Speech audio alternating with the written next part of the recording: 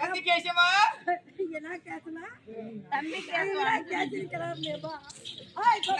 நந்தி கேசவா வணக்கம் தனக்காக இருக்கட்டும்.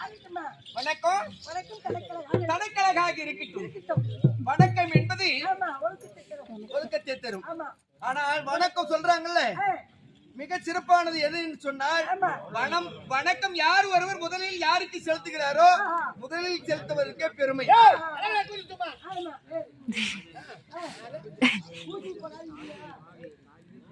அதனால யார் ஒருவராக இருந்தாலும் சரி, முதலில் வணக்கம் செலுத்துவதற்கு வணக்கம் என்று சொன்னால் அவருக்கு தான் முதல் மரியாதை. அப்பா செல்லு இல்லது அந்த அண்ணா கொடுத்துட்டு போனாரு பப்புனா நான் செல்லு. அது போன்று வெங்கடேசன் நான் வீடியோ பிடிக்க சொல்லி படிக்கிறேன் என்று சொன்னாங்க.